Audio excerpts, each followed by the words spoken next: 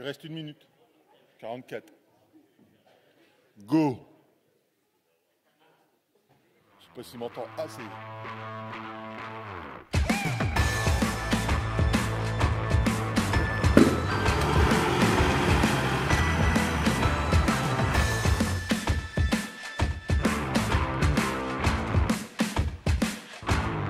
Moi je suis conducteur routier, je suis passionné de camions, c'est-à-dire les bruits des moteurs, les belles carrosseries. Et nous, au niveau de la CFTC, on a un stand pour contacter des conducteurs ou qu'ils viennent nous contacter.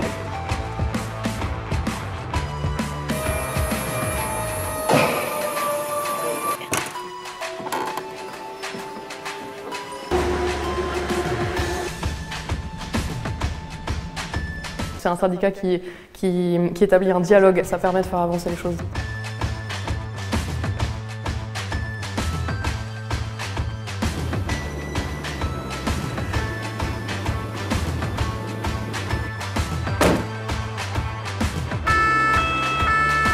La CFTC nous a permis d'avoir une qualité de vie au travail qui s'est améliorée au fil des années.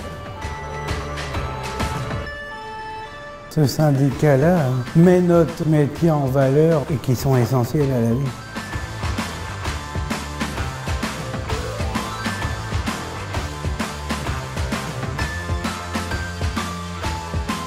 À la CFTC Transport, nous garantissons que les salariés seront très bien accompagnés.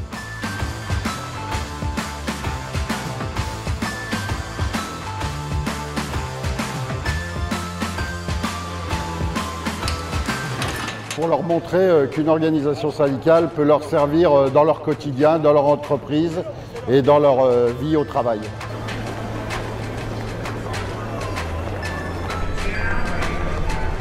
Un syndicat humain, engagé, moderne surtout.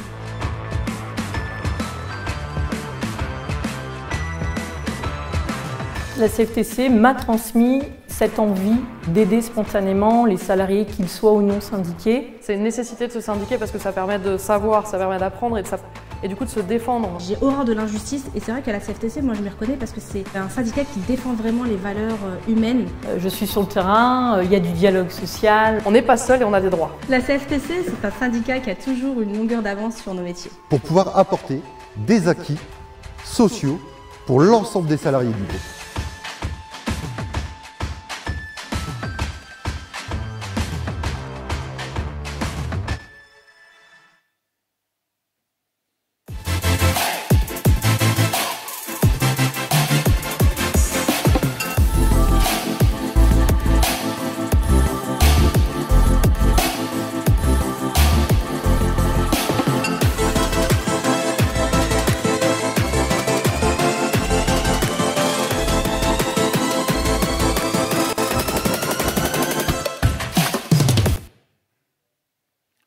Bonjour à toutes et tous. J'invite le nouveau président pour la période, la mandature 2022-2026 à venir me rejoindre, M. Thierry Douin.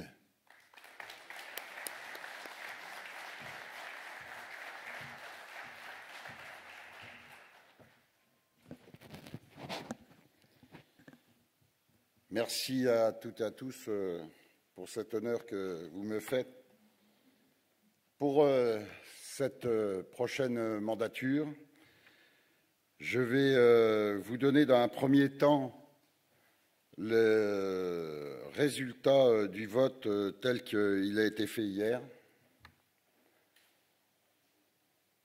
Donc,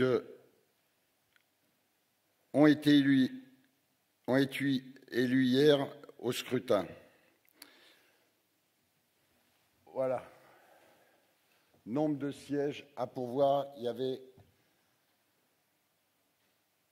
28 votants, il y avait nombre de voix 28, nombre d'électeurs inscrits 20, nombre d'émargements 20, nombre d'enveloppes de vote 20, taux de participation 100%, aucun bulletin blanc, nombre de votes valablement exprimés 20. Il y avait 177 voix au maximum, donc voilà. La répartition des votes se sont faites de cette façon. Monsieur Emmanuel Mousse a été élu avec 177 voix.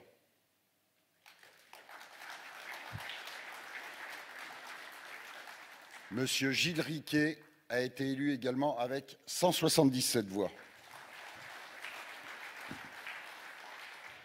Monsieur Anthony Dartron, 175 voix. Monsieur Freddy Trollet, 174 voix. Thierry Douin, 171 voix. Guillaume Cadar, 167 voix. Emmanuel Gauthier, 166 voix. Pascal Pétry, 166 voix. Franck Seyer, 166 voix. Maxime Dumont, 165 voix. Madame Leïla Sassa Achache, 165 voix. Monsieur Laurent Lemaire, 163 voix.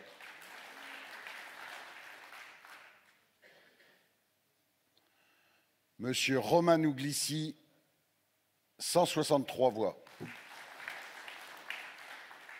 Monsieur Christophe Simian, 163 voix. Monsieur Freddy Tarache, 163 voix. Stéphane Gautrin, 153 voix. Azedine Ben Saïd, 150 voix. Abdelhaïm Guéalia, 149 voix. Rachidi Quin, 149 voix également. Farid Chetou, 139 voix. Nicolas Perrault, 137 voix. Ariane Dalfraz, Madame Ariane Dalfraz, 134 voix. Bruno Amiel, 130 voix. Et Isabelle Boumard, 130 voix. Félicitations à toutes et à tous. Et j'appelle le nouveau bureau. En secrétaire général, alors Thierry Douin, ça c'est déjà fait. Je ne vais pas l'appeler. Je vais appeler Guillaume Cadar, secrétaire général, également responsable formation. Félicitations Guillaume. En trésorier, Freddy Trollet.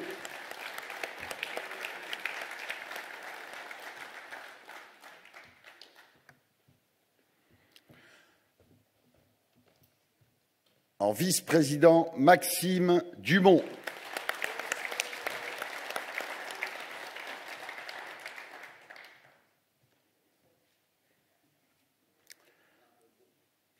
En trésorier adjoint, Gilles Riquet.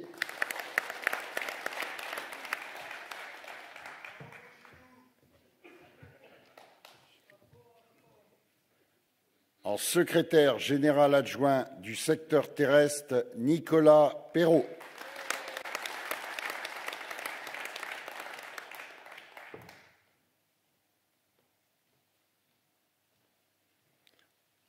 En secrétaire général adjoint du secteur mobilité et services, Madame Leïla Sassa Achache.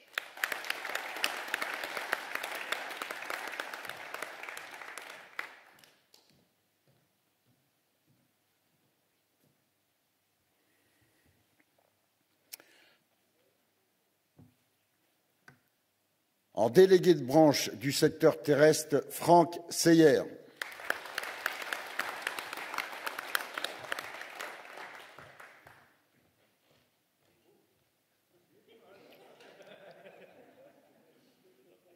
En délégué de branche également du secteur terrestre, Christophe Simian-Mermier.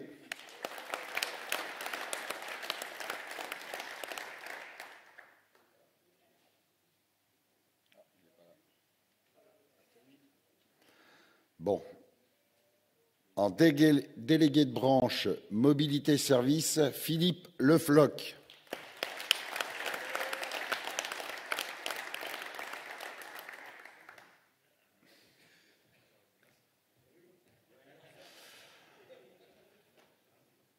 En délégué de branche Mobilité Service, Philippe Goncalves.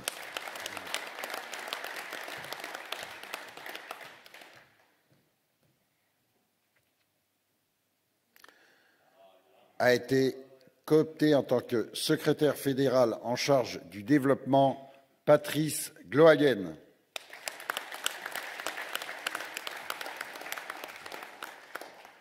Il va falloir qu'il fasse une photo, Patrice. Ton masque. En correspondant formation, Emmanuel Mousse.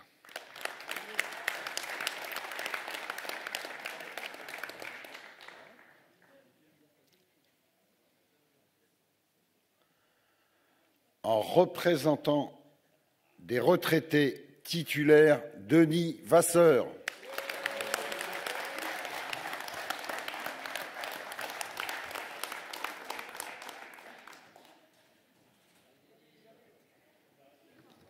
Qui sera accompagné en tant que représentant suppléant de Michel Aubert, qui n'est pas là, mais qui a été également coopté.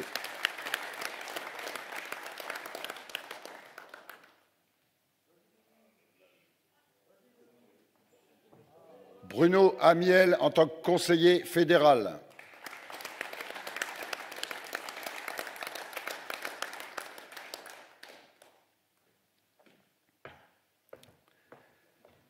Azedine Ben Saïd en tant que conseiller fédéral également.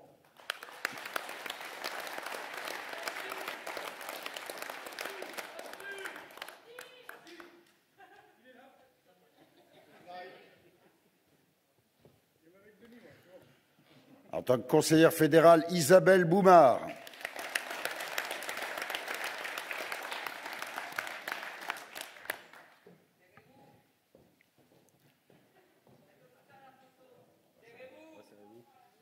En tant que conseiller fédéral également, représentant le transport terrestre, Farid Tchetou.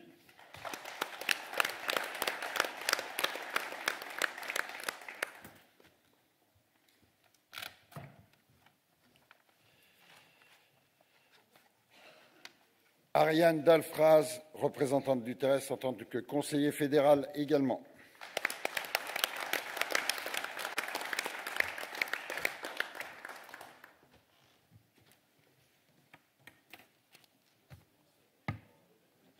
Anthony Dartron pour le secteur terrestre, conseiller fédéral.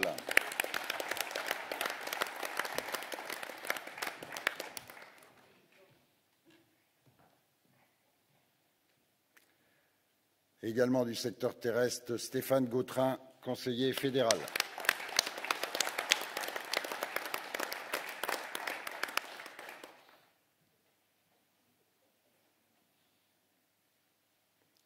Il arrive, Stéphane.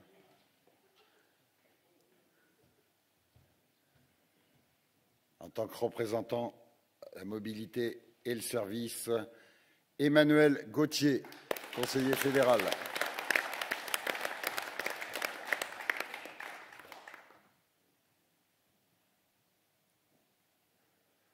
En tant que représentant du secteur terrestre, conseiller fédéral, Abdelhaïm Guelia.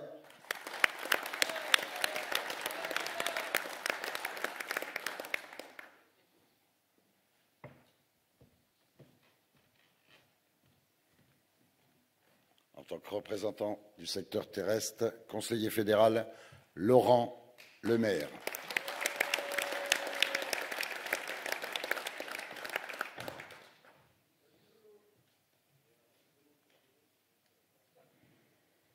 En tant que représentant du secteur terrestre, conseiller fédéral, Roman Ouglici.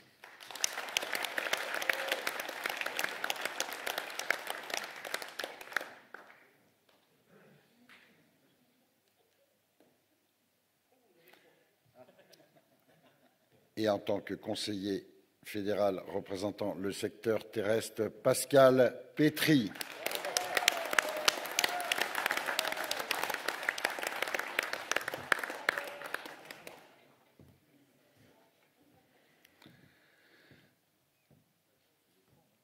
Représentant également le secteur terrestre, conseiller fédéral Freddy Tarache.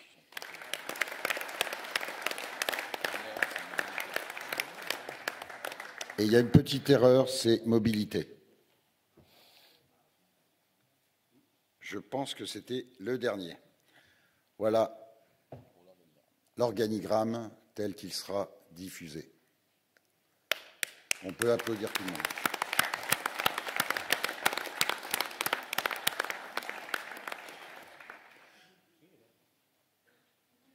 Oui.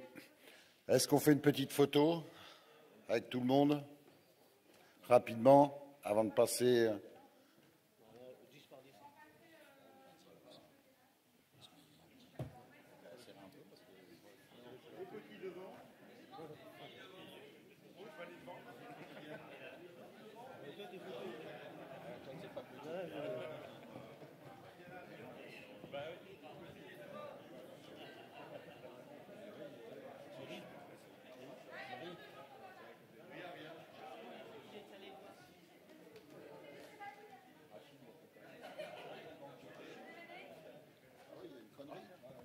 Il manque une diapo, là.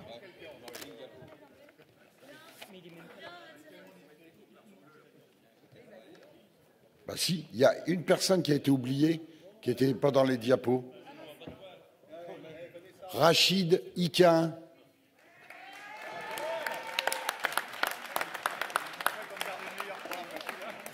Alors comme c'est un problème qu'on a eu en régie, donc c'est pas grave, il ne devait pas avoir la diapo.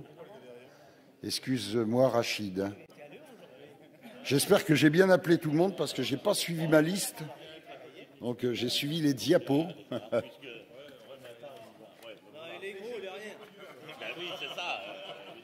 Allez, un peu de Est-ce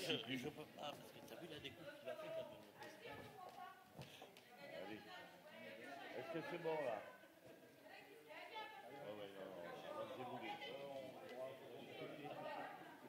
Ça va.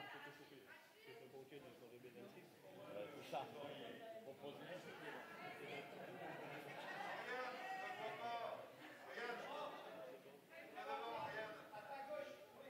Ariane, on t'appelle. Ariane, t'es demandé devant, on ne te voit pas.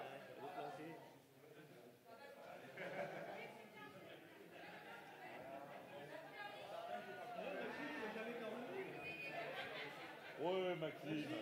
T'avais même un ballon de rugby là, c'est quelque chose.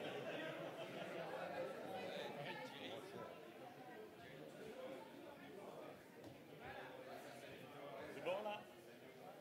Oui, mais tant mieux, oui.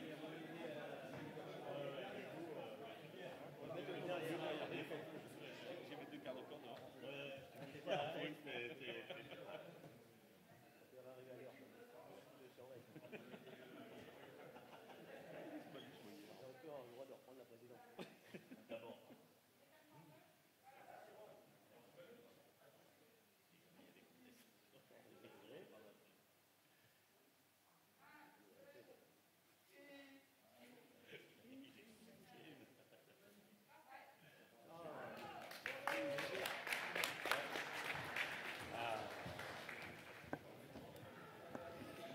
Merci à vous toutes et tous, et excuse-moi encore Rachid, mais je ne t'avais pas oublié. Mais... Ah, mon poulet.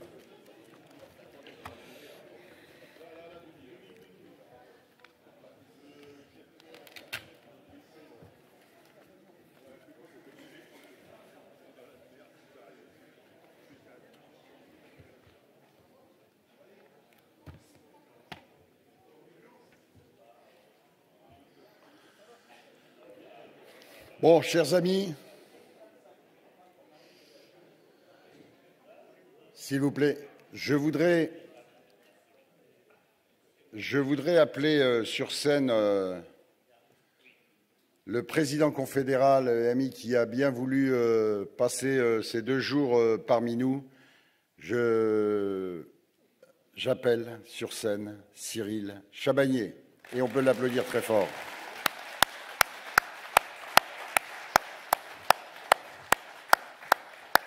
C'est pas bien les sports d'hiver. Hein.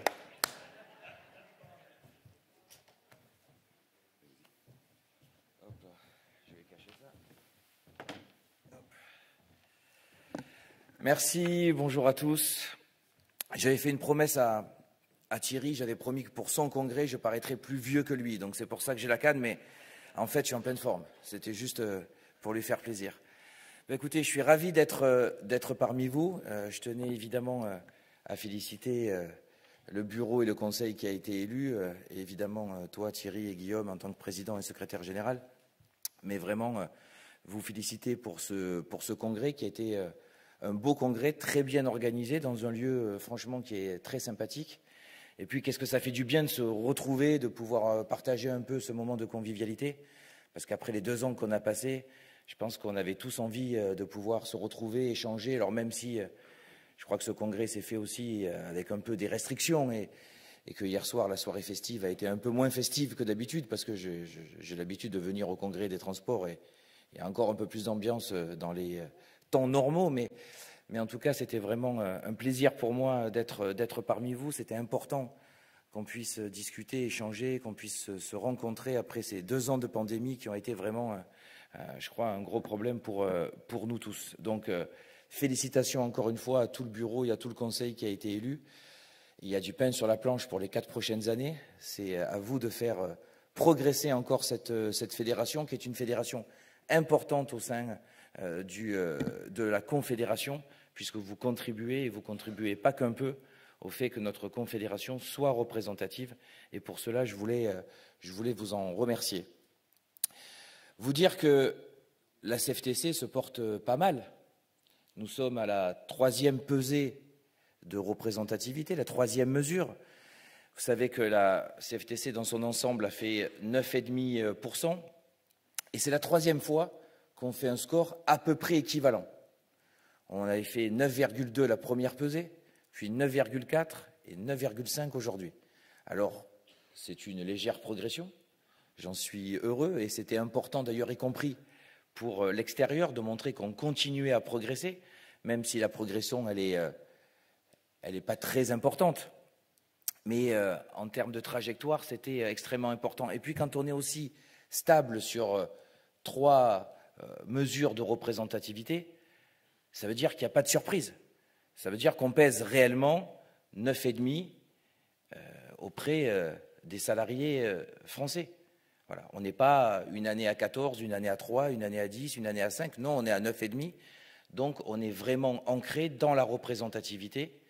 Et c'est important, évidemment, de le dire et de le conserver. Donc, pas de... Je vous rappelle que quand la mesure de la représentativité a été instaurée en 2008, beaucoup disaient que la CFTC, dans les années qui allaient arriver, très rapidement d'ailleurs, serait un syndicat qui allait disparaître. La CFTC, elle ne disparaît pas, la CFTC, elle se renouvelle, la CFTC continue à progresser. Et depuis la première mesure, on n'a jamais baissé, au contraire, on a légèrement augmenté. Et ça, c'est grâce à votre travail de terrain, au travail des militants, des délégués syndicaux. Et je voulais vraiment, vraiment vous remercier parce que la CFTC, elle est là, et la CFTC, elle est bien là, et on peut être fier de ce qu'on fait et fier de vos résultats. Donc, merci beaucoup pour votre travail. C'est vraiment grâce à vous.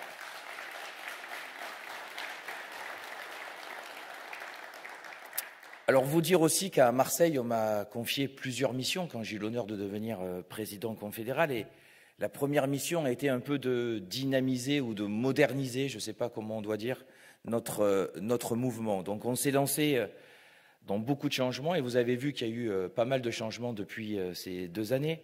Donc, on a renouvelé notre site internet qu'on a complètement modifié, complètement renouvelé et qui, je crois, répond beaucoup plus aux attentes de nos militants. Donc, je vous invite à y aller fréquemment. Il y a des tas d'informations. Il n'y a pas une semaine, il n'y a pas plusieurs fois même dans une semaine avec des nouvelles informations. Je rappelle comme ça, mais un délégué syndical, il ne peut pas ne pas aller une fois par semaine sur le site internet. Il a été renouvelé et beaucoup d'informations sont mises à votre disposition. On a renouvelé aussi l'ensemble de nos magazines, parce que partout où je passais, on me disait qu'on avait des magazines qui étaient alors soit pas terribles, soit pas très jolis, soit pas très sexy, soit, enfin j'ai tout entendu pendant pendant des mois. Donc on a créé une nouvelle revue, La Vie en Bleu, que vous avez reçue, qui je crois est plus conviviale, plus moderne, avec encore plus d'informations, plus agréable à lire. Et beaucoup des militants me disaient, vous savez, la revue qu'on a, on hésite un peu, on n'ose pas trop la mettre à la cafétéria ou la distribuer à des sympathisants parce qu'on ne la trouve pas très jolie. Je crois qu'aujourd'hui, on a des revues qui sont beaucoup plus modernes, beaucoup plus agréables, beaucoup plus jolies sur la forme, mais aussi plus intéressantes sur le fond. On a créé une application, donc j'espère que toutes les personnes dans la salle l'ont téléchargée. Et pour ceux qui ne l'auraient pas encore fait, je vous invite à le faire. Alors on a pris un peu de retard. Je vous rappelle que cette application, on devait la lancer après le congrès de Marseille. Et on a eu des gros problèmes avec notre prestataire. Et donc on a dû changer de prestataire. Et vous avez vu qu'elle est arrivée à l'automne. Il y a encore des choses à améliorer. Il y a des nouveaux services qui seront mis dans cette application. Très prochainement, vous aurez accès à toute une série de réductions grâce à cette application qui permettra qu'on ait un petit peu un CSE entre guillemets pour nous-mêmes et pour nos militants. Moi, je suis très fier de cette application, mais cette application, elle peut que vivre si vous la faites vivre. Donc, si vous la téléchargez, si vous posez des questions, si vous vous répondez entre vous. Je vous rappelle qu'on voulait que ça puisse rapprocher les adhérents. On a une carte interactive, on peut se retrouver, on peut partager, on peut se faire des petites annonces pour se rendre des services, on peut communiquer au travers de forums. Vous avez les informations, vous avez les passages presse, vous avez de la formation en ligne, vous avez des questions juridiques. Grâce au décodeur, vous aurez bientôt les avantages.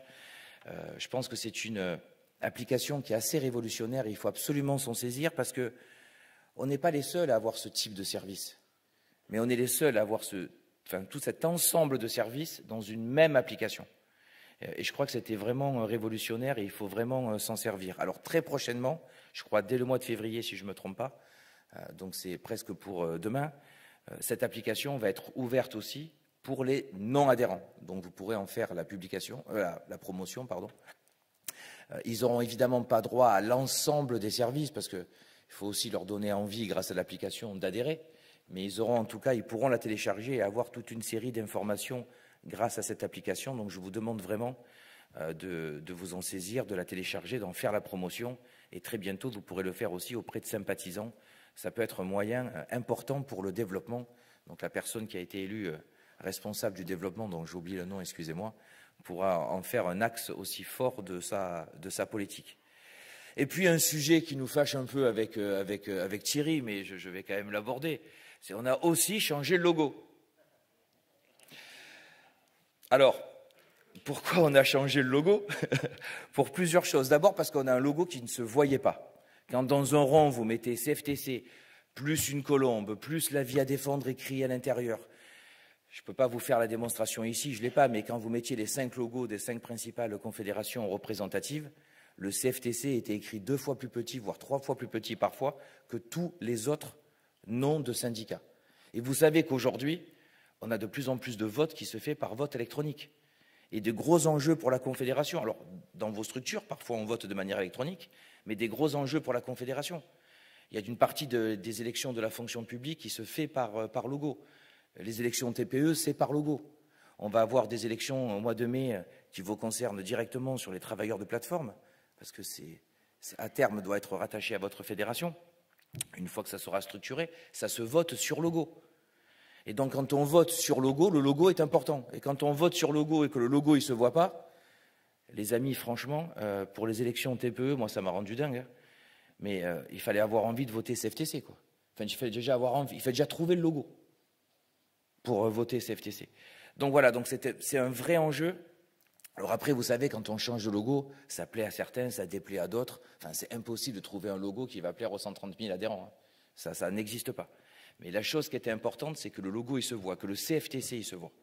Et aujourd'hui, quand on met les 5 logos les uns à côté des autres, je peux vous dire que c'est le logo CFTC qui se voit le plus.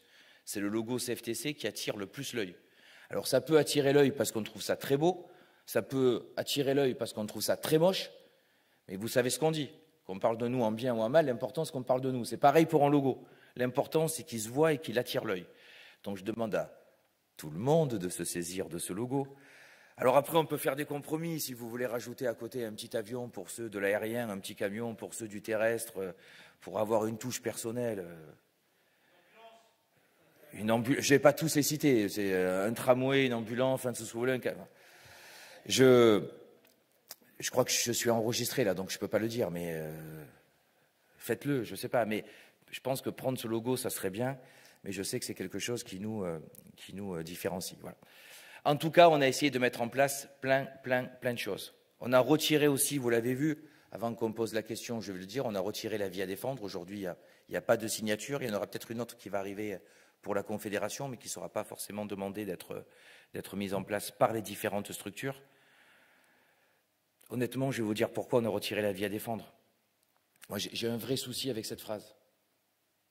J'ai aucun souci sur les valeurs sociales chrétiennes. Je les assume complètement et je crois qu'il n'y a pas un président qui l'a autant dit dans la presse et la télé que moi. Donc, je n'ai pas de souci avec ça.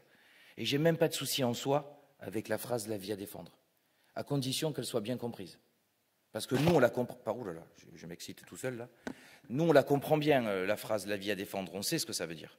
On passe notre vie à défendre les gens et on les défend dans leur globalité, comme a dit hier Maxime lors d'une table ronde, sur la question économique, sociale, dans leur spiritualité, en tout cas, comme un tout, comme un ensemble.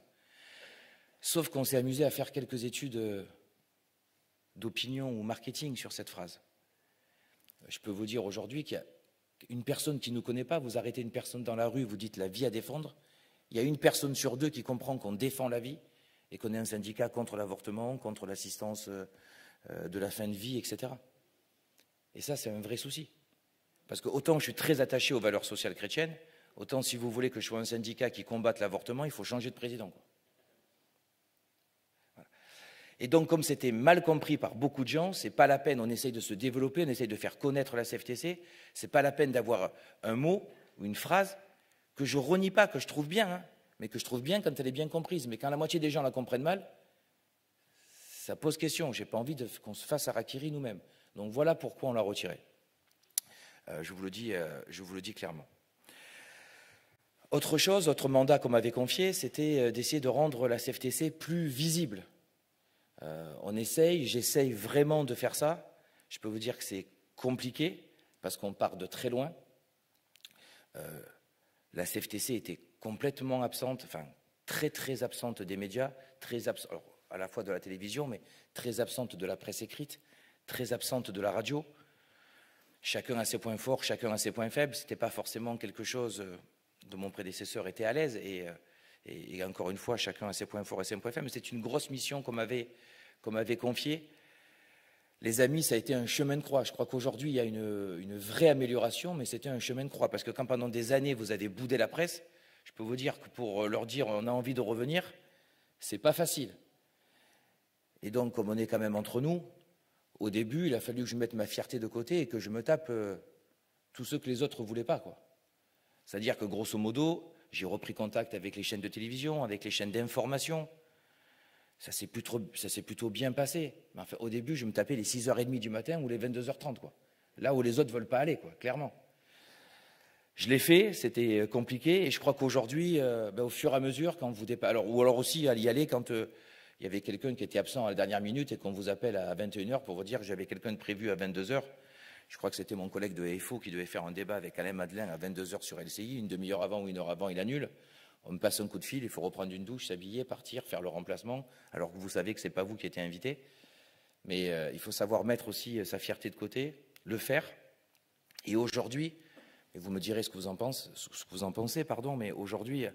Je crois qu'il n'y a pas une semaine où il n'y a pas des articles soit dans la presse écrite, soit un passage télé, soit un passage radio. Il y a encore beaucoup de travail à faire, je le sais. Encore une fois, je suis parti de loin, mais je crois qu'il y a une véritable progression. Mais je continue à faire ça, vous pouvez compter sur moi. Et je crois que la CFTC aujourd'hui est quand même plus visible. En tout cas, c'est beaucoup de retours que j'ai. Et on va continuer à le faire. Et je vous garantis que je ferai tout et je continuerai à tout faire pour que la CFTC soit vue, visible, parce que ça permet aussi de vous faciliter votre tâche, vous, dans votre travail quotidien. On sait qu'on est jugé sur deux choses, hein. On est jugé sur le travail de terrain, la personne qui vous représente, mais on est aussi un peu jugé sur ce qu'on représente au niveau national et comment on est vu, et surtout si on est vu au niveau national. Donc voilà les choses importantes. Un petit mot par rapport à ça pour vous dire, c'est important d'aller sur les réseaux sociaux. Je vous dis ça tout bêtement, les amis, parce que Quand je suis arrivé, j'ai créé un compte Twitter. Moi, j'avais horreur des réseaux sociaux, vous voyez, je vous le dis très franchement. J'étais obligé de le faire parce que j'étais président confédéral. Mais il y a une chose qu'il faut que vous sachiez, c'est que le nombre de personnes qui vous suivent sur les réseaux sociaux, ça a une influence sur le nombre d'invitations que vous avez dans la presse et à la télévision. Donc quand je vous demande de vous abonner à mon compte Twitter, ça prend 1 minute et vous n'êtes pas assailli de messages. Je ne vous demande pas à vous abonner à toutes les conneries du monde. Voilà. Mais quand vous vous abonnez, le fait de progresser et de monter, de devenir ce qu'on appelle dans les réseaux sociaux une personne influente par rapport au nombre d'abonnés, ça change le nombre d'invitations. On peut trouver ça bête, ridicule, stupide, tout ce que vous voulez, mais c'est une réalité. Donc on ne peut pas me demander d'être plus présent sur les médias et de ne pas m'aider à être plus présent en me facilitant le nombre d'invitations. Donc je vous le dis, il faut que tout le monde y aille. Après, encore une fois, vous n'êtes pas obligé de vous abonner à toutes les conneries qui suivent et être inondé de messages matin, midi et soir. Donc je me permets de vous dire ça. Quelques mots aussi sur les grands enjeux. On a traversé une crise, je crois que la CFTC a été présente durant cette crise sanitaire, on a fait beaucoup de propositions, on a pris le parti de ne pas faire de commentaires sur la partie sanitaire. Très honnêtement, vous avez vu que pendant ces 2 ans, on a eu à peu près 60 millions de médecins en France. Tous les Français étaient médecins, quoi. À la CFTC, on a évité d'être médecin. Moi, ce n'est pas mon métier, je peux parler de tas de choses, et bien volontiers, mais il y a des choses sur lesquelles je ne peux pas parler. Donc les décisions purement sanitaires et médicales, il y a un conseil scientifique. Moi, je ne suis pas apte à juger si c'est la bonne ou la mauvaise décision. Par contre, il y avait des choses qui manquaient, il y avait des aberrations sur lesquelles on a fait des remarques, évidemment. Et vous avez vu dans nos communiqués l'ensemble des remarques qu'on a pu faire. Mais vous comprendrez bien qu'on n'a pas pris position sur la partie vraiment médicale.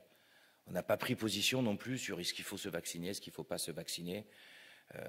On n'a pas soutenu d'un côté et de l'autre. On a passé des messages pour dire qu'on pensait que la vaccination, à partir du moment où un conseil scientifique disait que c'était la bonne solution, nous on disait, bah, écoutez, on suit, c'est la bonne solution. Mais on n'est pas allé plus loin que ça. On est allé dans une incitation et on n'a pas voulu créer des conflits. Voilà. J'ai même fait un édito en disant que moi, j'emmerde personne. Je conseille et j'incite les personnes à être prudentes, à respecter les gestes barrières. Vous allez me dire que hier, je ne l'ai pas trop fait en serrant 50 mains, mais bon, ça me faisait tellement plaisir de vous retrouver. Mais on incite les gens à respecter les gestes barrières, on incite les gens à se faire vacciner, mais on ne se permet pas de juger non plus. On s'est opposé au pass sanitaire en entreprise. Je pense que ça crée plus de problèmes que ça réglait de solutions. Et on a vraiment essayé d'accentuer sur le fait de favoriser le télétravail pour ceux qui le pouvaient, de vraiment aller sur le fait de se préoccuper de la santé et de la sécurité des gens quand ils sont sur leur lieu de travail. Les salariés, c'était très très important. On sait que dans beaucoup d'endroits, pendant très longtemps, il y a eu un défaut de matériel, pas assez de masques, pas de gel, pas de mesures de sécurité, pas des mesures d'éloignement, etc. Et ça, c'est un combat qu'on a mené. Sur la partie économique, je sais de ne pas faire de politique, mais honnêtement, on a été plutôt bien soutenus. Voilà, 10 millions de salariés qui ont été mis en chômage partiel, il n'y a que la France qui a fait ça. Des milliers d'entreprises qui ont été soutenues, il n'y a que la France qui a fait ça. Je parlais avec des collègues d'Italie ou d'Espagne, ils me disaient, quand vous vous plaignez, nous, on a passé 2 mois de confinement avec zéro, quoi. Zéro aide. Donc je crois que sur ça, le job, il a été fait. Et quand je dis ça, je juge personne, mais je pense que le job, il a été fait. Par contre, il y a une chose qui n'est plus acceptable aujourd'hui. C'est que les aides qu'on donne aux entreprises ne soient pas conditionnées, ne soient pas ciblées. Ça, c'est juste aberrant. C'est juste aberrant. On aide les entreprises. Alors, au tout début, le ministre de l'économie, Bruno Le Maire, me dit oui, mais on est dans l'urgence, et si on commence à cibler, à conditionner, ça va mettre un temps fou et on ne va pas répondre à l'urgence. Très bien. À la limite, on pouvait l'entendre. Au début, on donne à tout le monde, il faut répondre à l'urgence et on met un peu de temps pour s'organiser. Mais enfin, ça a duré 1 an et demi, 2 ans. Il y a encore des perfusions d'aides. Et aujourd'hui, ces aides, elles doivent être conditionnées, elles doivent être ciblées. On ne peut pas aider comme ça sans avoir de retour. On ne peut pas aider, y compris des entreprises qui ne respectent rien, quoi. Enfin, ça, c'est un vrai sujet. On a quelques sujets qui sont très importants. Le sujet du pouvoir d'achat et du partage de la valeur. Vous savez que sur le pouvoir d'achat, on a demandé un coup de pouce au SMIC sur lequel on n'a pas été entendu. On demande que les valorisations soient faites dans les métiers. On a beaucoup travaillé sur ce qu'on appelait les secondes lignes. On demande à travailler aujourd'hui sur les négociations de branches, sur les classifications. Le nombre de branches professionnelles, je crois qu'il y en a plus de 90, qui ont des classifications, donc des rémunérations, dont les premiers niveaux sont encore en dessous du SMIC. Il y a des tas de branches où on est à 2-3 niveaux en dessous du SMIC. Alors des fois, on me dit, mais c'est pas grave, puisque la loi interdit de payer sous le SMIC. Donc quand on a un niveau de classification qui est en dessous, l'employeur complète et paye le SMIC. C'est vrai. Sauf que quand on donne une promotion à cette personne-là, grâce à la promotion, elle arrive au SMIC, donc elle perd la compensation. Il n'y a plus besoin de verser une compensation puisqu'elle est au SMIC. Et en fait, la promotion, elle est nulle. Ce que vous gagnez en promotion, vous le perdez sur le fait qu'il n'y a plus la compensation. Donc en fait, on vous a donné une promotion qui coûte 0, qui vous permet juste d'arriver au SMIC normalement. C'est vrai qu'en termes de motivation, c'est absolument génial, quoi. Donc ça, il faut que ça s'arrête. On essaie d'ouvrir des négociations de branches pour qu'il n'y ait plus une branche et plus un secteur. Mais les classifications, c'est long. Il y a des branches qui le font, des branches qui sont toujours à la traîne et qui n'ont pas trop envie de le faire. Mais on ne peut plus avoir un seul niveau de rémunération, une seule grille de classification qui commence en dessous du SMIC. C'est une aberration. Et puis, il y a le partage de la valeur, grand thème. Partage de la valeur, le problème qu'il y a, c'est que le gouvernement s'est absolument restreint au fait que ce soit le développement de l'intéressement et de la participation. L'intéressement ou la participation, on y est favorable à la CFTC depuis toujours. Et on milite pour que des petites entreprises, et pas que les grosses, puissent mettre en place de l'intéressement et de la participation. Mais à une condition, que l'intéressement et la participation, ça ne remplace pas les NAO, ça ne remplace pas les salaires. Parce que l'intéressement et la participation, ce n'est pas quelque chose de fixe par définition. Ça dépend des résultats de l'entreprise. Donc on a maintenant des entreprises et des chefs d'entreprise qui ont bien compris le système, qui disent attendez, on va mettre en place un intéressement, et puis les NAO, on fait la réunion, histoire parce qu'il faut la faire, c'est obligatoire, mais on ne donne plus rien. Tout est au variable. Ça, ce n'est pas possible. Il y a deux choses qui sont différentes. Il y a les NAO qui déterminent les salaires, et à côté de ça, on fait un complément qui passe par un intéressement et une participation.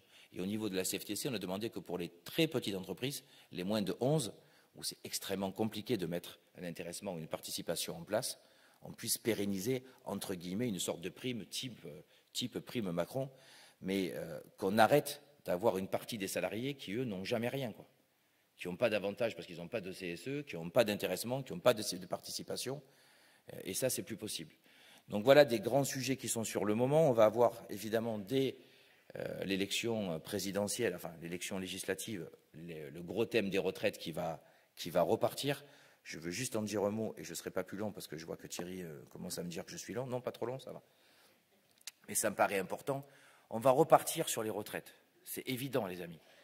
Je pense qu'entre nous, il faut avoir un discours clair. Et peut-être que je vais vous surprendre en disant ça, mais je ne suis pas certain, à titre personnel, que le plus gros enjeu des retraites, c'est de savoir si on part à 62, 63 ou 64. Je ne crois pas que ce soit ça le plus gros enjeu. Je pense qu'il y a deux enjeux très importants. Le premier enjeu, c'est quand on part à la retraite, on puisse vivre de sa retraite. Ça, c'est le plus important. Parce qu'aujourd'hui, vous avez toute une série de personnes qui ont travaillé toute leur vie, hein. Je ne parle pas de gens qui n'ont pas travaillé, là. Qui ont travaillé toute leur vie, qui ont travaillé toute leur vie au SMIC, qui ont une retraite à moins de 1 000 € et qui n'arrivent pas à bouffer à la fin du mois, quoi. Ça, c'est un vrai sujet. Et je peux vous dire, pour me déplacer beaucoup, si vous voyez le nombre de retraités qui, le 24 ou le 25 du mois, il y a en particulier les femmes, parce qu'elles sont encore plus touchées, qui vont faire les poubelles des grandes surfaces les 5-6 derniers jours du mois pour simplement pouvoir manger, parce qu'avec leur retraite, elles arrivent à passer les 20 premiers jours, mais elles n'arrivent pas à finir les 5 ou 6 derniers. Ça, c'est un vrai sujet. Le deuxième vrai sujet, c'est la pénibilité. Il y a des personnes qui ne peuvent pas travailler longtemps, ou trop longtemps. Mais il faut que la pénibilité, ça touche les vraies personnes qui ont un métier pénible. Si je vous interroge dans la salle, on a tous un métier pénible. Pas 60 millions parce qu'il y a des jeunes, mais 100% des salariés français, quand vous les interrogez, ont un métier pénible. Aussi, le travail pénible, ça revient au même. Il va falloir qu'on ait un discours clair sur ça. Si on veut mettre en place une pénibilité, il faut que chacun se regardent dans une glace. Moi, j'ai un métier pénible.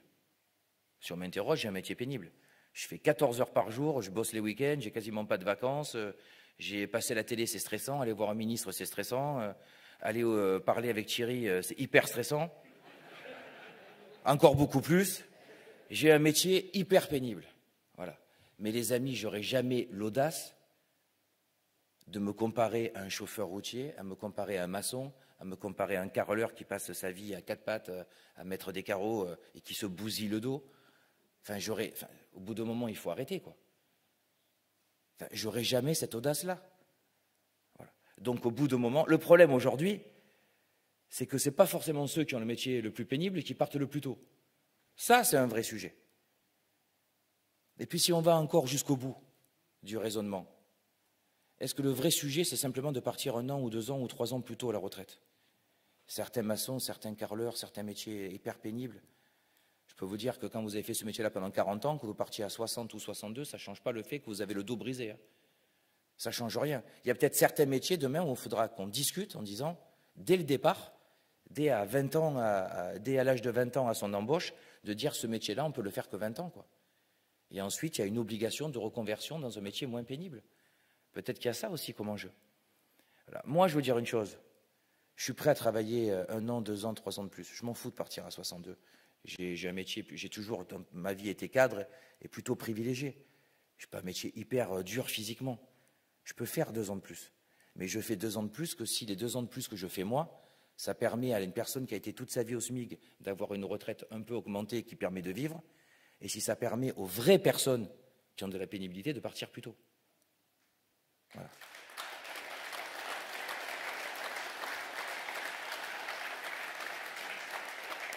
Et vous savez, souvent on me parle, oui, mais c'est un combat syndical, il y a eu des avantages, alors il y a les régimes spéciaux. Au bout d'un moment, si on est pour un régime universel, il faut qu'on soit clair, on n'est pas pour les régimes spéciaux. Voilà. Et puis je veux dire une chose, entre vous et moi, même si je suis filmé, vous prenez le régime spécial de la SNCF.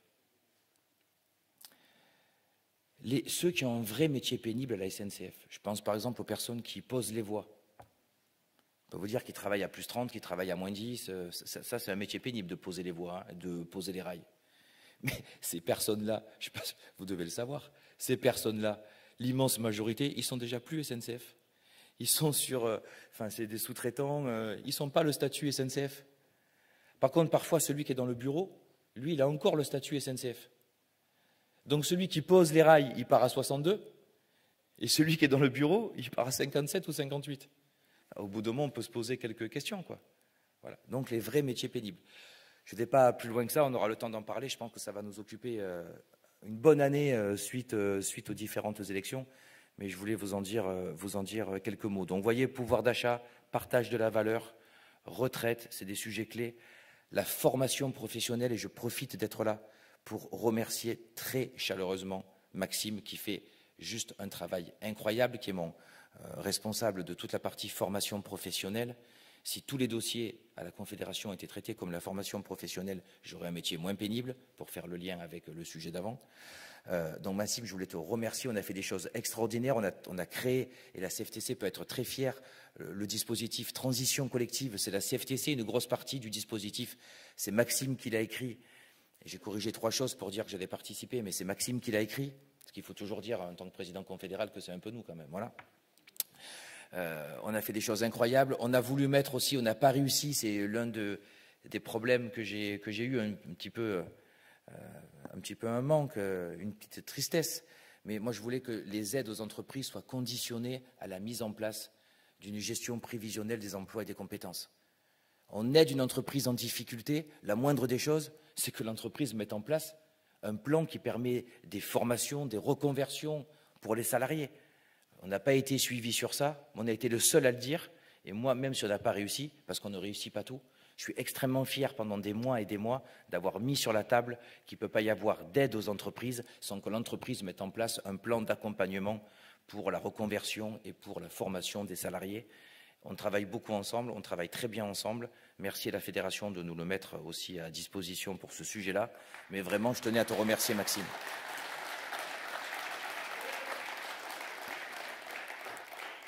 Écoutez, je ne vais pas être plus long parce que je pense que ça peut être intéressant aussi d'avoir 5-10 minutes d'échange si vous avez des questions à me poser, des questions sur... Alors faites-vous plaisir, je suis là, des critiques, vous avez droit à faire un compliment ou deux, hein, je les prends aussi, je n'ai pas de problème avec ça, mais faites-vous plaisir, posez des questions, y compris sur toutes les thématiques que j'ai pas abordées. Donc on va laisser un petit temps d'échange. Encore merci, je compte sur vous, j'ai besoin de vous, la CFTC c'est vous, vous pouvez compter sur moi pour essayer de la mettre en valeur le maximum, mais rien ne se fait sans le travail de terrain, donc rien ne se fait sans vous, et je n'existe que grâce à vous, et moi je le sais. Voilà.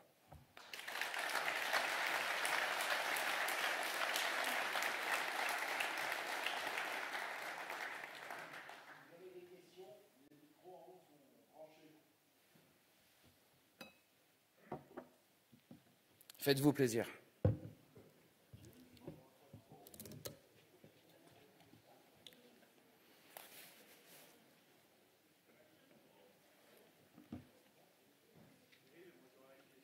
Oui.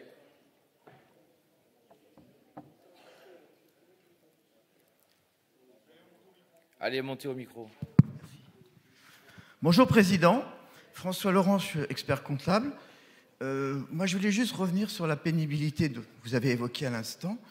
Et je ne sais pas trop, j'aurais bien aimé connaître le rôle de la médecine du travail à ce sujet.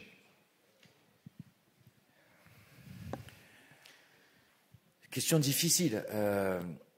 On va être obligé, si on arrive à avoir une négociation sur la pénibilité, parce que je rappelle que quand on était en négociation sur les retraites, juste avant qu'on mette fin du fait de la pandémie, on devait attaquer le sujet de la pénibilité. Donc on ne l'a pas attaqué parce que ça devait démarrer au mois de mars, et mois de mars, boum, confinement, pandémie.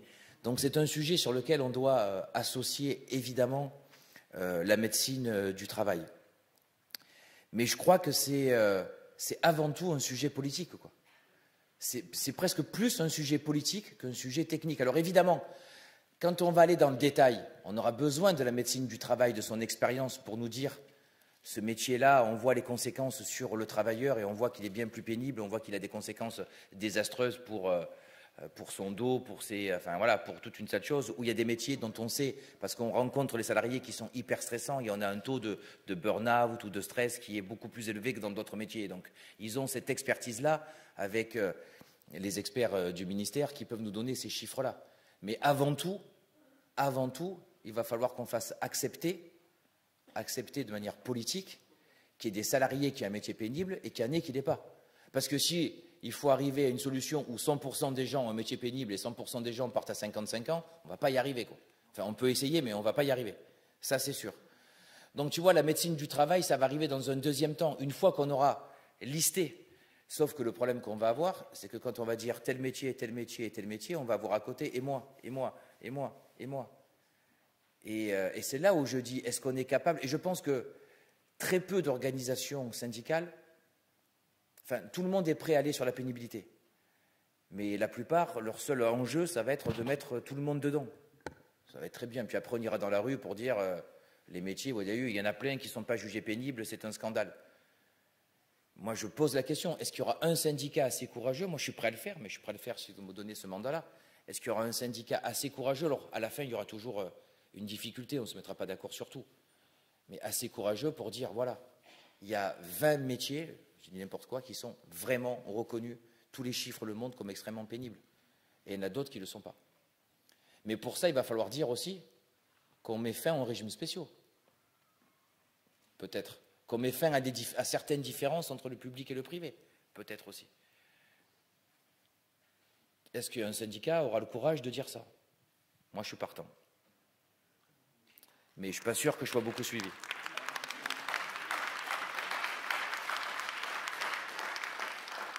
Et je peux vous dire qu'on ne fera pas plaisir à tout le monde, mais ceux à qui on ne fera pas plaisir, ils ne votent déjà pas pour nous. Par contre, je pense que plein de gens qui sont proches de nos idées, qui n'ont pas compris encore qu'il fallait voter pour nous, pourraient là, je peux vous dire que là, on ferait un sacré buzz. Comme on a fait, d'ailleurs, je fais une petite parenthèse, mais comme le buzz qu'on a fait sur la négociation de télétravail, quand même, où la CFTC est passée partout dans la presse, a été le syndicat qui a quitté la table. Ça ne s'est jamais vu, même la CGT ne sait plus quoi faire. Merde, ils sont partis avant nous. Il faut qu'on se lève, il ne faut pas qu'on se lève, c'est quoi? Enfin, on n'a pas quitté la table des négociations, c'est que ça faisait 3 mois qu'on discutait pour rien dire, parce que c'était des discussions, ce n'était pas des négociations. Je dis, moi, je ne perds pas 3 mois à discuter sur des sujets sans savoir si on va faire un accord sur le télétravail ou pas. Enfin, ça fait 3 mois qu'on discute, on a fait une étude, on avait accepté de reculer 3 mois pour que le MEDEF puisse faire une étude auprès des entreprises. Enfin, au bout d'un moment, l'étude était sortie, etc. Enfin, on négocie ou on ne négocie pas? Moi, vous prenez la décision que vous voulez. Mais je ne passe pas mon temps à me réunir pour me dire on se réunit pour savoir si on va négocier. Enfin, 4 mois, quoi. Donc j'ai été patient quand même 4 mois. Hein. En tant que Marseillais, je ne suis pas hyper patient dans mon caractère. Mais au bout de 4 mois, je leur ai dit maintenant, ou vous me dites qu'on négocie et qu'on essaye d'avoir un accord national interprofessionnel. Peut-être qu'on n'a pas abouti à une signature. Hein. Quand on négocie, on n'est jamais sûr d'aboutir à une signature, mais on négocie ou on ne négocie pas. On s'est barré. 15 jours après, on était invité à des négociations. 2 mois et demi après, pour la première fois, enfin, en tout cas depuis très longtemps, il y avait un accord national interprofessionnel sur le télétravail. C'est uniquement grâce à la CFTC. Je suis prêt à le dire n'importe où, et je peux avoir n'importe quel numéro 1 en face de moi, c'est uniquement grâce à la CFTC. Si on ne se lève pas, si on ne se barre pas, et si on ne met pas la pression sur le patronat, on n'a pas cet accord de télétravail. On ne l'a pas.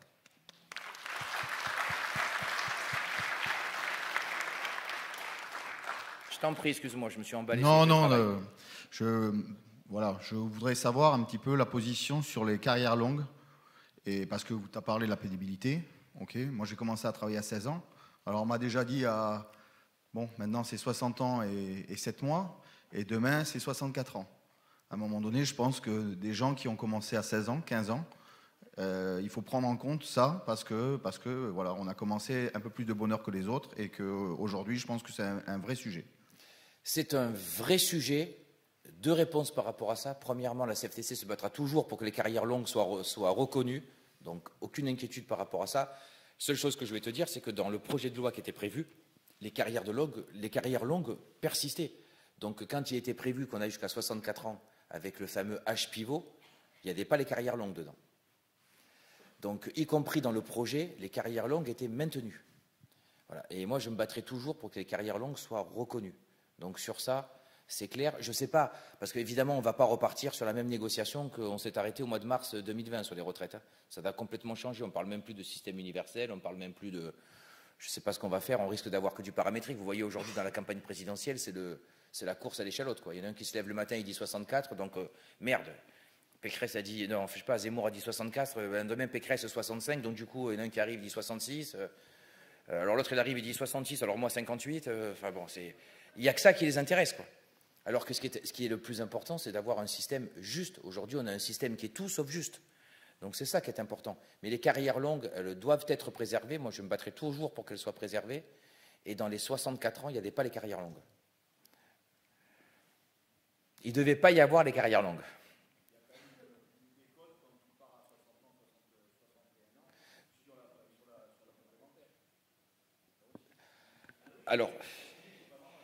Alors, oui, mais c'est plus tout à fait la même question que la première. Voilà, donc...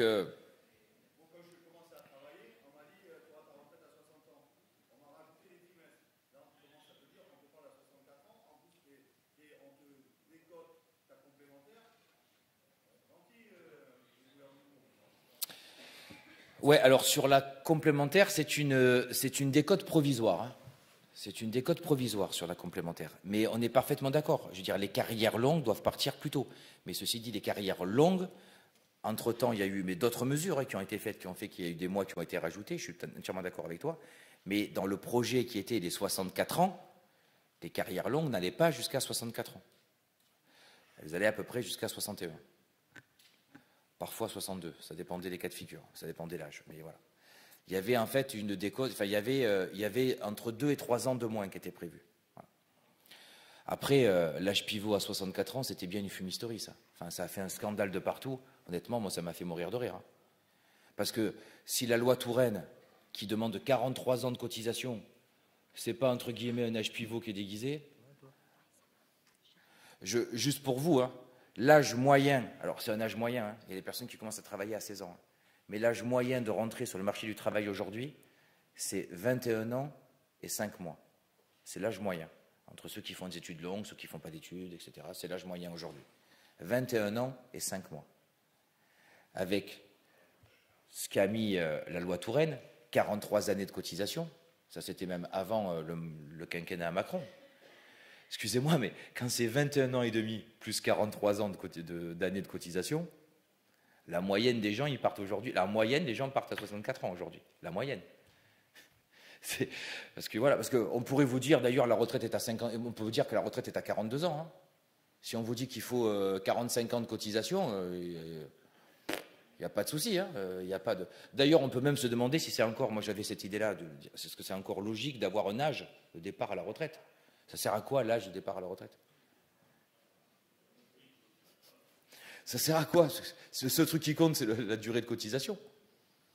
Et puis à la limite, celui qui a la chance d'avoir un bon salaire et qui veut partir avant avec une grosse décote, ben, il part à l'âge qu'il veut, quoi. Mais je veux dire, l'âge, c'est un faux truc. Donc les 64 ans, je peux vous dire que la plupart des jeunes aujourd'hui où le marché du travail c'est compliqué hein, d'y rentrer. Et vous êtes tous parents pour la plupart, donc vous le savez. Les gamins, quand vous leur dites retraite 60, 61, 62, 63. Moi j'étais fils de commerçant. Mes parents avaient une petite brasserie en Provence. Donc j'ai travaillé très très jeune. Je travaillais toute ma vie, mais je travaillais à la brasserie. Vous n'avez pas travaillé ailleurs quand vous avez une brasserie. Et donc j'étais pas déclaré. Est-ce qu'on a le droit de ne pas déclarer son gamin? Non, mais c'est pas illégal, on a le droit. Parce que demander à un fils de commerçant qui demande à son père commerçant de le déclarer pour commencer à cotiser pour la retraite, c'est un gros mot. Enfin, vous êtes déshérité, banni, chassé de la maison, frappé et balancé par-dessus les remparts, quoi. Voilà. Donc c'était truc. Donc j'ai travaillé toute ma vie, tous les week-ends, toutes les vacances à la brasserie. J'ai eu la chance de faire des études. J'ai commencé à avoir un premier boulot, je devais avoir 24 ou 25, enfin 24 ans et demi. Ben, génial, quoi. Moi, 43 ans, déjà, sans réforme des retraites, je suis bon jusqu'à 67 ans et demi, moi, déjà. Donc, voilà. Donc, vous voyez, c'est un vrai sujet, quoi. Vas-y, excuse-moi, monsieur. C'est Ludo. Oui. Je suis dans le transport. Et par rapport à la pénibilité... Celle-là, je ne l'avais pas... Pénibilité dans le transport, qu'est-ce qui va être fait? Et en tant que chauffeur de nuit, ça aussi, c'est très dur. Donc, chauffeur de bus, c'est ça? Non, je suis dans... De nuit, pardon, je n'avais pas... Chauffeur de nuit. Chauffeur de nuit. Moi, je ne peux pas répondre à cette question. Je ne peux pas vous dire ce qui va être fait pour la pénibilité, puisqu'on n'a commencé aucune négociation avec la pénibilité. Et je ne suis même pas sûr si dans le prochain projet de loi sur les retraites, il y aura le thème de la pénibilité. J'en suis même pas sûr. Vous voyez? Mais moi, j'essaie de mettre ce thème-là en avant. J'espère qu'il va être mis en avant. Une fois qu'il sera mis en avant, l'idée, ça sera de pouvoir discuter avec chaque branche, chacune de mes fédérations, de voir les métiers parmi la branche, parmi la fédération qui sont parmi les plus pénibles et voir comment on peut prendre ça en compte. Voilà. Aujourd'hui, je ne sais même plus si la pénibilité va être un sujet qui va revenir sur la table. Quand on entend plein de candidats, la seule chose, c'est qu'on a un problème de déficit, donc il faut corriger le déficit. Pour corriger le déficit, il n'y a pas 40 solutions. Hein. Soit on baisse les pensions, personne ne veut le faire, donc soit on bouge l'âge de la retraite, ou on allonge le nombre de trimestres, ce qui revient à peu près au même. On y parle quasiment que de ça aujourd'hui. Il n'y a pas un projet qui reparle de pénibilité, donc je ne sais même pas si on va travailler sur ça. On devait y travailler, je ne sais pas si on va y travailler. Moi, je ferai tout pour mettre ce sujet-là sur la table. Et à ce moment-là, on verra dans chaque secteur, il y aura un travail à faire dans chaque fédération pour identifier les métiers les plus pénibles et de voir comment on peut les corriger. D'accord. Et deuxième question, c'est par rapport au CFA. Parce que, comme tu dis, on va allonger les retraites. Mais on ne se voit pas. C'est le président confédéral. Oui. Bon, c'est nous. Ah, mais... Les infos sont sur le site. Les infos régulières sur le CFA. Non, mais c'était par rapport aux retraites. On va repousser les retraites. D'accord. Non, enfin, moi, j'ai pas de problème des fois pour dire que je ne connais pas la réponse. J'ai aucun souci avec ça. Mais après, j'essaie de connaître un petit peu tous les secteurs, mais je ne suis pas spécialiste de chaque secteur de toute la Confédération parce que je ne suis pas un surhomme. Même si, Pascal, je sais que tu passes le temps à le dire, mais en fait, non. Je te le dis aujourd'hui dans les yeux. J'ai jamais voulu te le dire, en fait, que je n'étais pas un surhomme parce que ça me faisait plaisir. Mais en fait, aujourd'hui, je l'avoue, je ne le suis pas. Mais par contre, on devra travailler avec chacun des secteurs pour, voilà, pour identifier toutes les choses qui ne vont pas. Mais il faudra que chaque secteur soit capable de ne pas me donner une liste où il y a 99% des métiers qui sont sur la pénibilité, sinon on n'avancera pas, quoi. Voilà.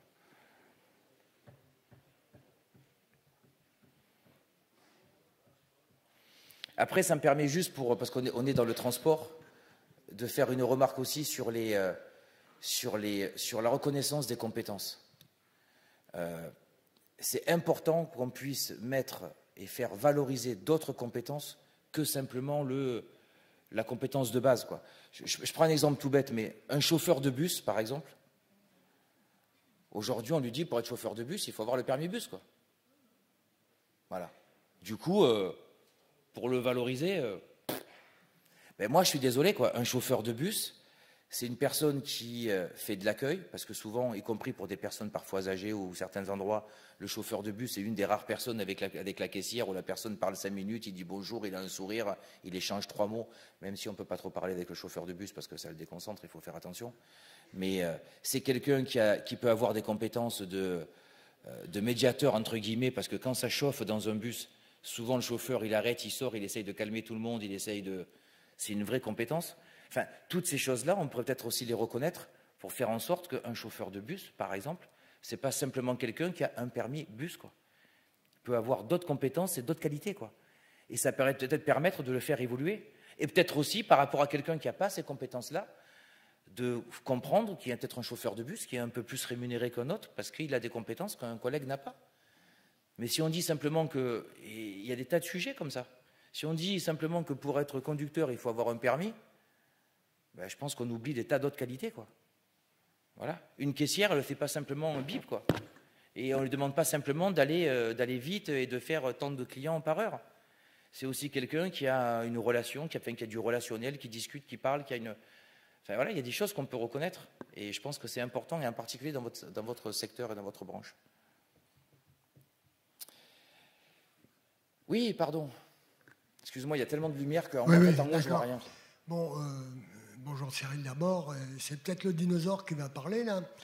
Mais à une certaine époque, les conducteurs de train, les mineurs de fond ont obtenu des départs prématurés parce que les études prouvaient qu'ils avaient une espérance de vie bien plus courte, vu la silicose et tout. Et on a des études qui prouvent que par métier, il y a une espérance de vie. Pour les métiers pénibles, pour tout ça, même pour les conducteurs, à un moment donné, c'était la moyenne d'âge de vie en bonne santé, c'était 62 ans. Donc, est-ce qu'on ne pourrait pas aussi s'appuyer sur ces études pour dire, attendez, que tout le monde ait au moins quelques années de retraite? Pas certains qui vont passer 40 ans de retraite parce qu'ils vont partir à 60 ans, ils vont mourir à 100 ans, et d'autres qui n'arriveront même pas à la retraite, parce que dans nos métiers, on en a un bon paquet qui partent avant la retraite. Moi, j'en ai vu partir, moi je suis un dinosaure à mon âge. Hein, et on les voit tous partir, les copains, on les voit tous partir, même les plus jeunes. Donc, il y a aussi essayer de s'appuyer là-dessus pour dire qu'il y a une justice par rapport à certains métiers, quoi. On sait que certains métiers, on a une hygiène de vie qui est beaucoup moins bonne que les autres, parce que quand on a fait de l'international et tout ça, on mange à n'importe quelle heure, on dort quand on peut, et même pour tout. Ou quand on a des horaires décalés, c'est vrai que c'est usant. On est complètement d'accord. Donc ça, c'est peut-être aussi une base à sortir pour dire, attendez, on fait de la justice. Celui qui va vivre moins longtemps, au moins qu'il ait quelques années. Mais tu as raison, je n'ai pas précisé, mais dans la pénibilité, il y a évidemment derrière l'espérance de vie. Mais je le disais de manière un peu détournée, mais quand je disais que par rapport au métier que j'ai fait toute ma vie, moi j'étais, à la base je suis statisticien, donc je passe mon temps, vous savez, ces mecs-là qui font des sondages, des études qui sont jamais bonnes, jamais trucs, où vous trompez. Je me rappelle un jour, je me suis trompé sur, c'est une anecdote, mais je faisais les chiffres de la... Enfin, j'étais statisticien à la Sécu, donc je m'occupais de centraliser, de faire tous les chiffrages et les prévisions pour la sécurité sociale, des budgets qui sont énormes. Un jour, sur une connerie, je ne sais pas ce que j'ai foutu, j'ai mis un zéro en truc, j'ai fait une erreur de 1 milliard que j'ai transmis au ministère qu'ils n'ont jamais vu, quoi. Bon, voilà, ça c'était pour le truc. Donc c'est un métier plutôt... Enfin, je veux dire, je n'ai pas des conditions de travail qui sont difficiles. Quand à l'heure, je disais...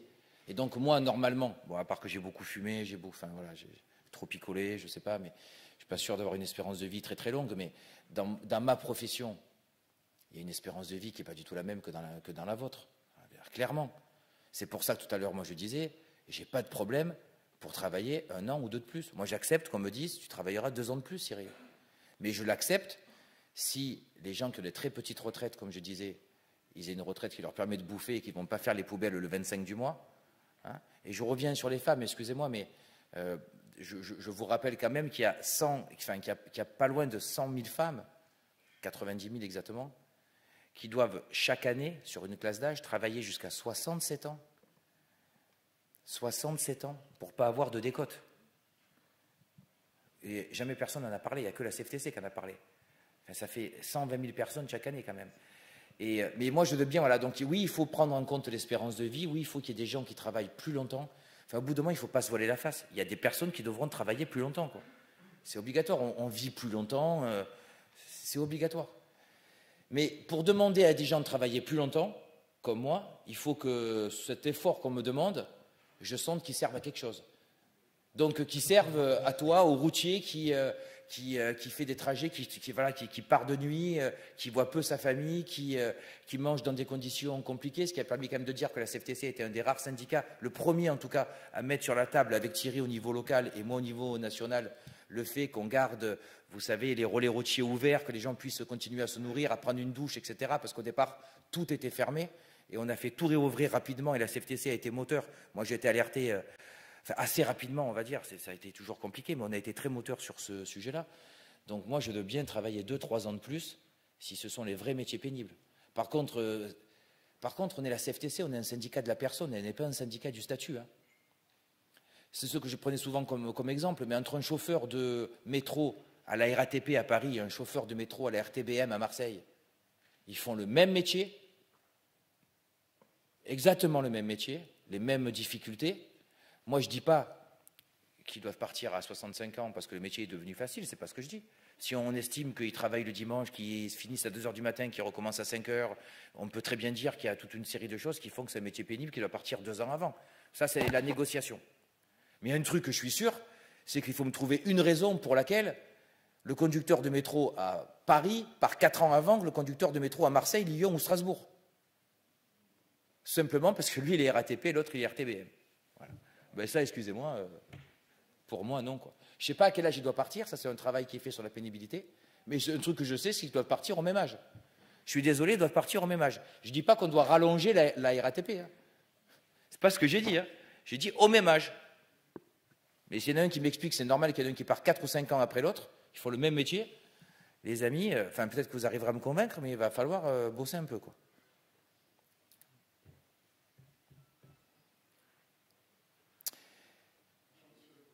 Ah, pardon. Peut-être la dernière. Monsieur le Président, bonjour.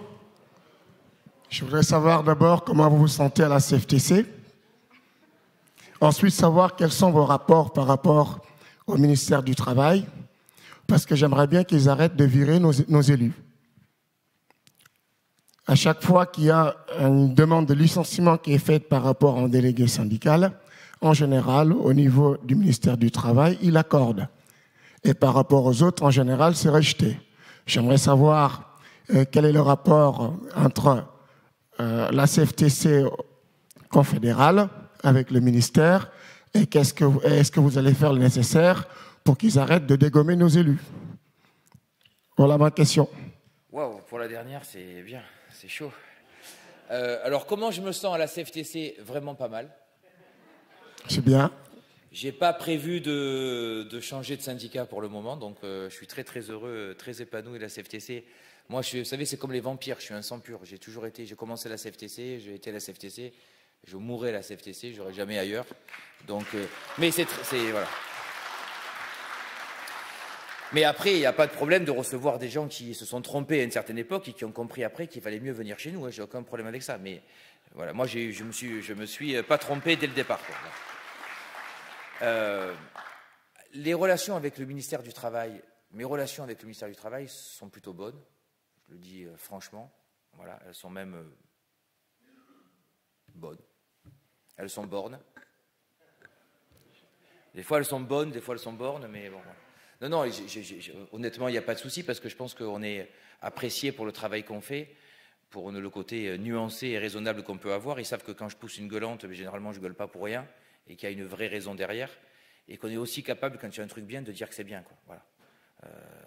Style sur le revenu des jeunes qu'ils ont fait ou sur la formation où on a mis ça en avant ou sur la garantie jeune, comme disait Myriam El Khomri hier. Voilà, quand il y a des choses qui sont bien, on est capable de le dire.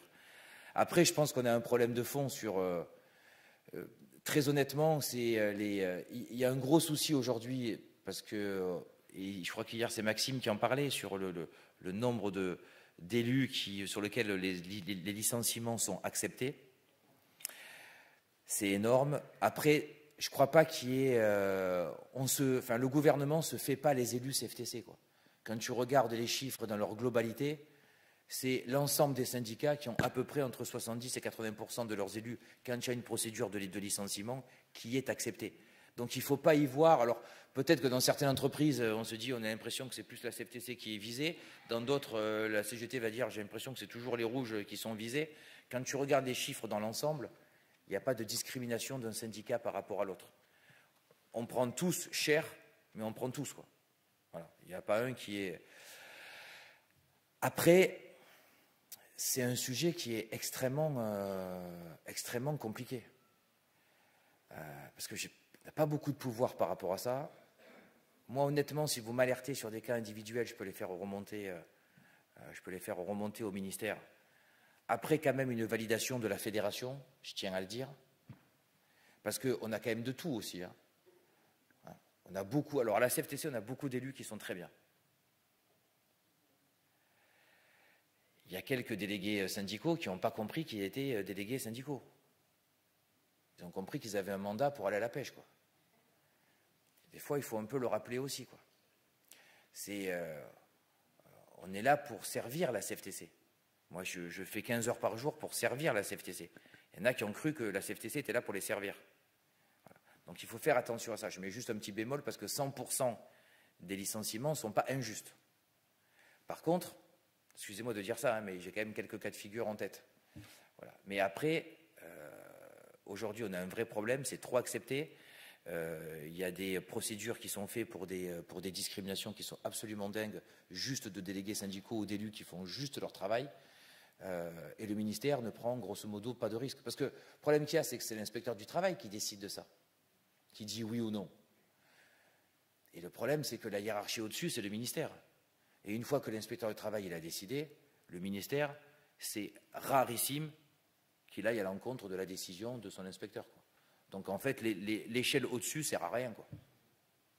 Parce que voilà. Donc on continuera. Faites remonter des choses à la Confédération, c'est des choses qui sont aberrantes. Moi, je suis prêt à en parler sur des cas spécifiques. Il n'y a pas de souci. Mais par contre, je demande toujours une vérification avant auprès de la Fédération, qui me dit quand même si je dois me mouiller ou pas, quoi. Voilà, il faut que je vous laisse parce qu'il y a le discours du vrai président, c'est-à-dire Thierry Douin. Donc merci beaucoup pour votre super accueil, votre charmant accueil. J'étais ravi d'être avec vous pendant les 2 jours. Désolé d'avoir été un peu diminué, blessé, de ne pas avoir pu passer dans toutes les tables, discuter avec vous plus longtemps, parce que j'ai dû aussi faire des séquences de repos, parce que j'avais la jambe et la cheville qui doublaient assez facilement. En tout cas, il n'y a pas de souci pour revenir, pour discuter avec vous. Thierry et Guillaume savent que je suis à leur disposition quand ils font des événements. Merci beaucoup pour votre accueil. J'espère que j'ai répondu à vos questions. Et vive la CFTC!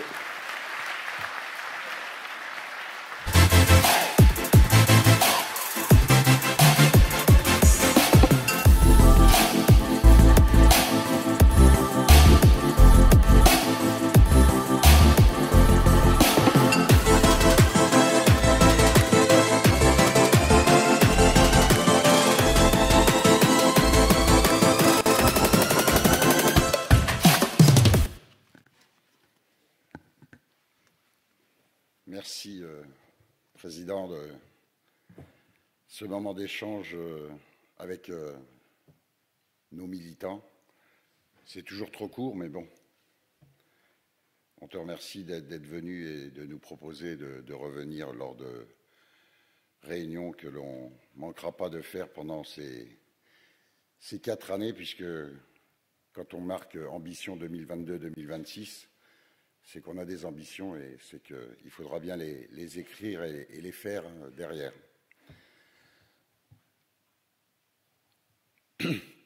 Mesdames et messieurs les présidents, mesdames et messieurs les secrétaires généraux, mesdames et messieurs, chers amis et chers collègues, chers internautes également, que j'ai vu qui étaient connectés ce matin et qui nous ont suivis pendant ces 3 journées de live.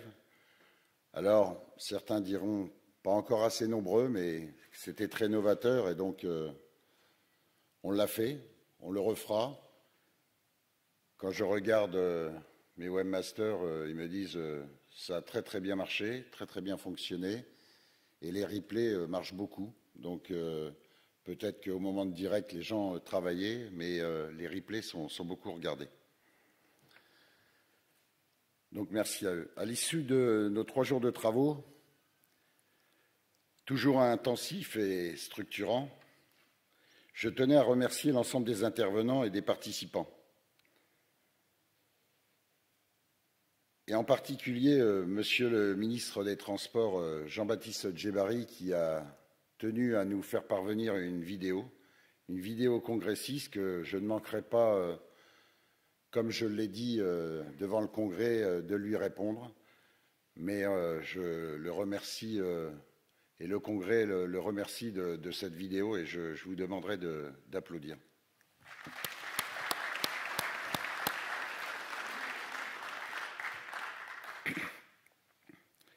Merci également à Myriam El Khomri, Marc Papinuti, Philippe Dole, Pierre Blavier, Roberto Parillo, qui est encore dans cette salle, Jean-Sébastien Barrault, Christian Schmitt de la Broli, Thibault Langsade, Loïc Charbonnier, Jean-Louis Vincent, qui s'était fait remplacer, mais je le salue, Philippe Gervais. Et merci également à, je dirais, Madame Loyal, Vanessa. Vanessa qui a su être, je dirais, le maître de la piste, le chef d'orchestre des tables rondes, tout particulièrement dans la maîtrise des grands barbares. Merci Vanessa.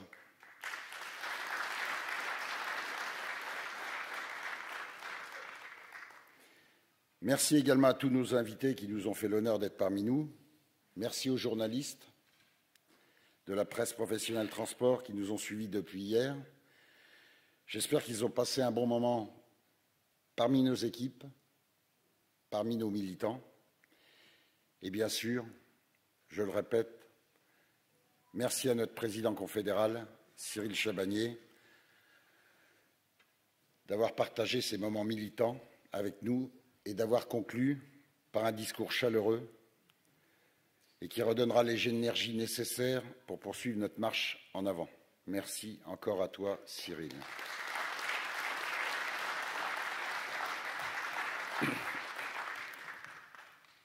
Nous allons maintenant conclure ce 7e congrès fédéral et je voudrais vous remercier une nouvelle fois pour votre confiance.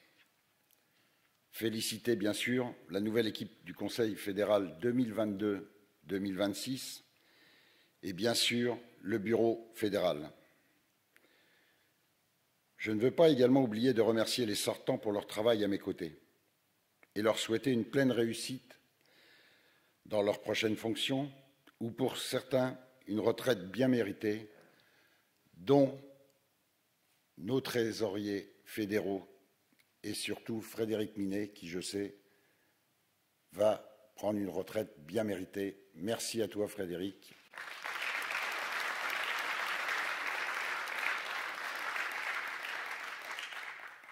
Et le nouveau Conseil fédéral élu t'invitera lors de notre prochain Conseil décentralisé avec ton épouse à venir nous rejoindre dans un lieu que je sais en plus que tu affectionnes souvent. Voilà, merci à toi Frédéric.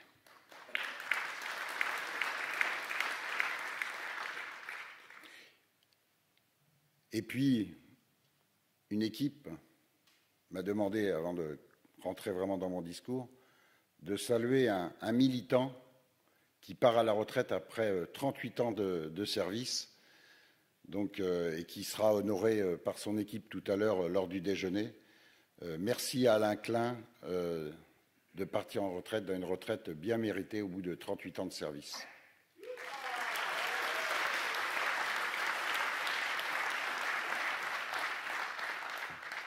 Et puis, je ne veux pas oublier, merci aux régionaux de l'étape pour l'organisation de notre congrès, qui nous ont accueillis dans cette magnifique ville de Tours. Donc, je voudrais remercier Véronique Demagy, Christine Le Cerf, qui sont des gens de cette belle région. Donc, merci à eux pour nous avoir accueillis ici à Tours.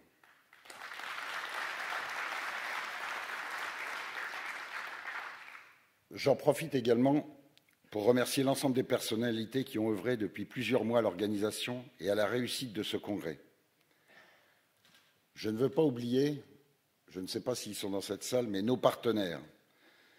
Nos partenaires avec la mise à disposition de leurs stands et leurs moments de convivialité qu'ils vous ont fait vivre pendant ces 3 jours. Donc je voudrais que l'on remercie fortement tous nos partenaires.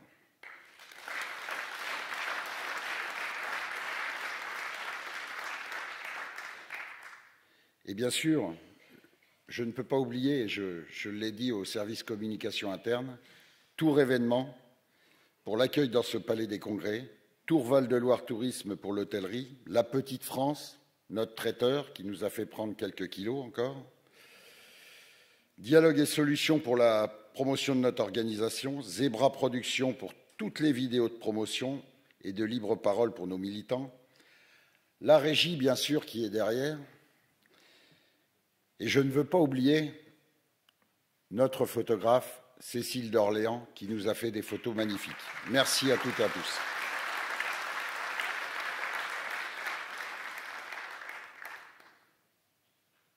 Et bien sûr, je le disais un peu en préambule, tous ces internautes qui, dans nos lives novateurs sur les réseaux sociaux, ont été également parmi nous. J'espère que nos 3 jours d'échange et de débat auront répondu à vos attentes. Comme vous le voyez, nous avons vraiment à cœur de vous accompagner dans l'exercice de vos missions et fonctions respectives, avec toujours au centre de nos préoccupations la défense des intérêts des salariés que nous représentons. En préparant notre congrès, nous avions en tête plusieurs ambitions. Bien sûr, faire le point sur cette situation de crise pandémique que nul n'avait jamais connue précédemment et échanger sur l'impact de celle-ci sur nos secteurs et les conditions de travail. Échanger également avec vous sur l'avenir à la fois du syndicalisme constructif, qui est l'identité même de la CFTC, mais aussi de nos métiers. Je crois que nous pouvons être fiers d'avoir tenu nos objectifs, grâce aussi et surtout à une participation active et engagée de votre part, et à la grande qualité de nos intervenants et une ouverture d'esprit typique de nos valeurs et de nos pratiques. Je voudrais exprimer à toutes et à tous ma reconnaissance pour ce travail collectif. Et je le disais tout à l'heure, j'ai assisté beaucoup de fins de congrès, de dernières journées, et je n'ai jamais vu, rarement, une salle aussi pleine pour un dernier jour, donc vous pouvez vous applaudir.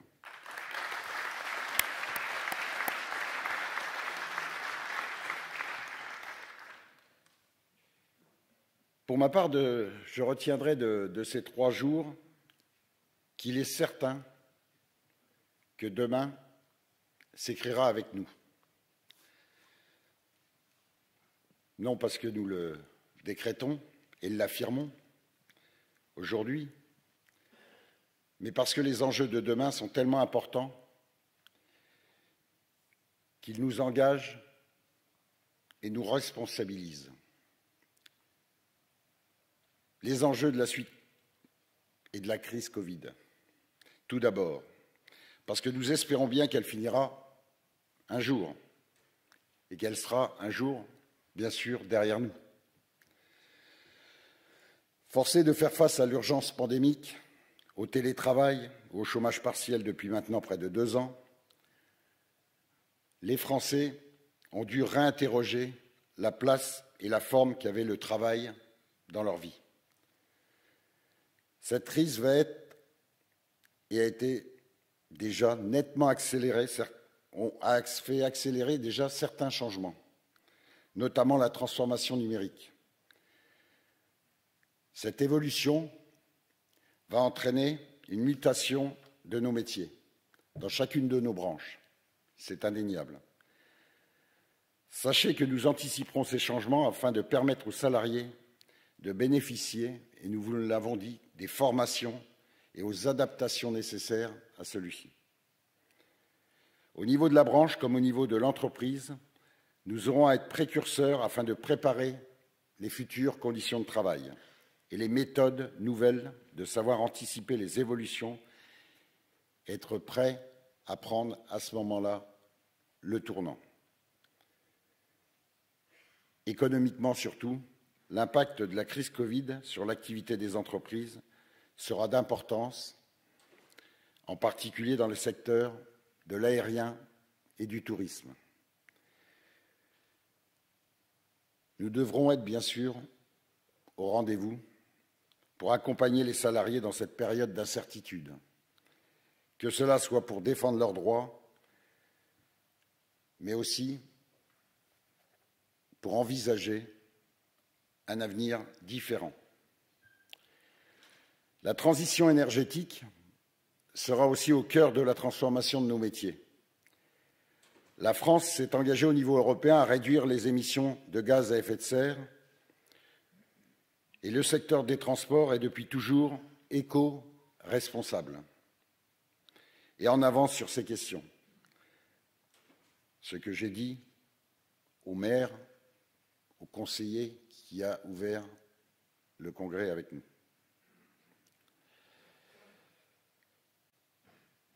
La consommation énergétique des véhicules va faire l'objet de différentes recherches afin de faire de la France l'un des champions de l'écomobilité dans une logique de développement durable.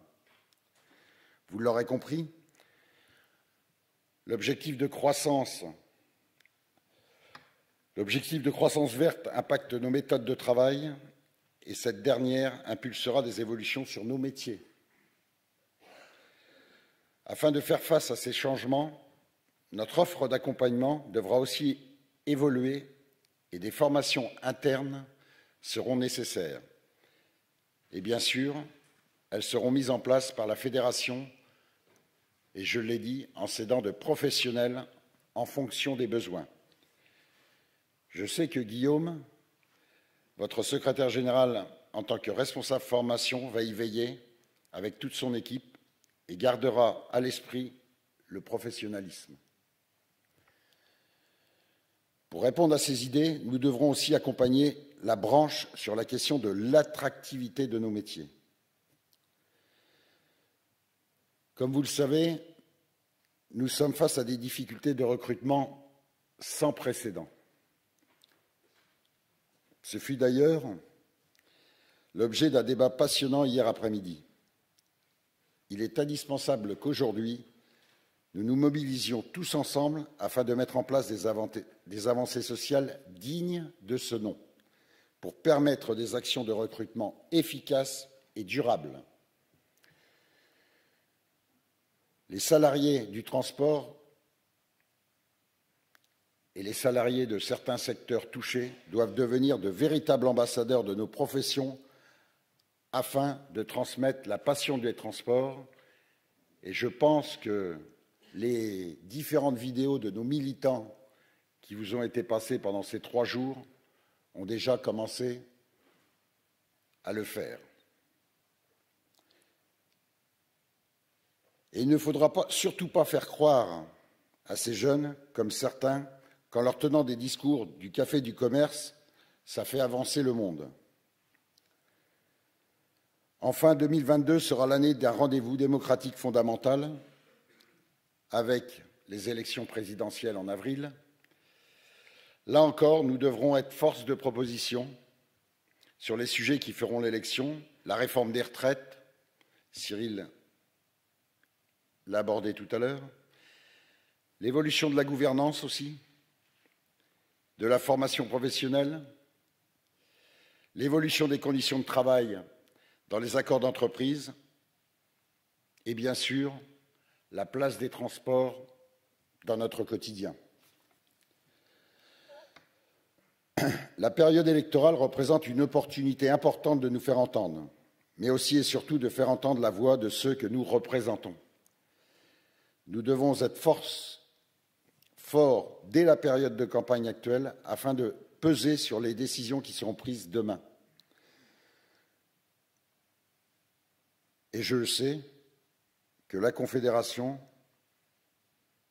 avec nous, nous prendrons toute notre part afin d'accompagner l'évolution des systèmes sociaux et économiques en France. Pendant ces 3 jours, nous avons dressé un état des lieux de vos aspirations et de vos attentes, celles de ceux que nous représentons et celles de notre fédération.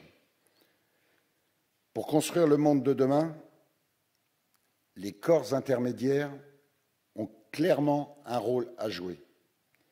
La crise sanitaire aura eu cela de salutaire qu'elle aura mis en lumière le rôle indispensable des syndicats en période de crise afin de protéger ceux qui étaient en première ligne lors de la propagation du virus.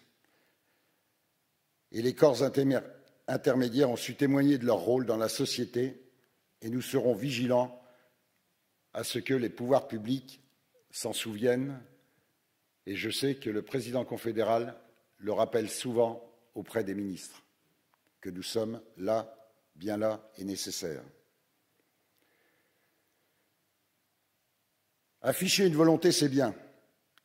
Savoir comment y parvenir, c'est mieux. Nous avons donc prévu pour cette prochaine mandature, pour laquelle vous nous avez fait confiance, un véritable plan d'action de communication stratégique. Tout d'abord, nous allons assumer plus fort les valeurs qui sont les nôtres à la CFTC Transport. Et notre identité sera de plus en plus visible. Nous avons aussi affiché plus de solidarité, plus d'ouverture et plus de dialogue. Ce sont bien sûr des valeurs fortes qui sont spécifiques à la CFTC et qui doivent être aussi spécifiques à la CFTC Transport. Et cela nous permettra de porter une voix à part au sein du syndicalisme français. Pour porter cette voix, il sera impératif de bien communiquer, fédérer et défendre notre positionnement auprès des bonnes cibles, au bon moment et par le bon vecteur. C'est la raison pour laquelle nous allons mettre en place une stratégie de communication d'ampleur afin de répondre à plusieurs objectifs. Affirmer notre positionnement parmi les autres organisations représentatives des salariés des transports, développer les adhésions pour une plus grande représentativité, coordonner notre communication fédérale avec nos syndicats nationaux, régionaux et départementaux, afin de promouvoir notre identité et nos valeurs de manière cohérente et lisible, mais aussi permettre une personnalisation de cette communication aux enjeux du secteur et de l'entreprise. Nous offrirons aussi un service de communication de proximité pour nos élus et mandataires afin de faciliter leur engagement. Il doit y avoir une relation digitale entre nos élus et les salariés. Il faut se servir des réseaux sociaux pour fédérer et échanger.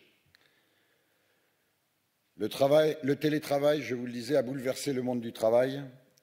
Donc nous devons investir de manière forte les canaux de communication pour répondre aux inquiétudes et attentes des salariés. Je sais, les amis, rien ne remplace le contact humain.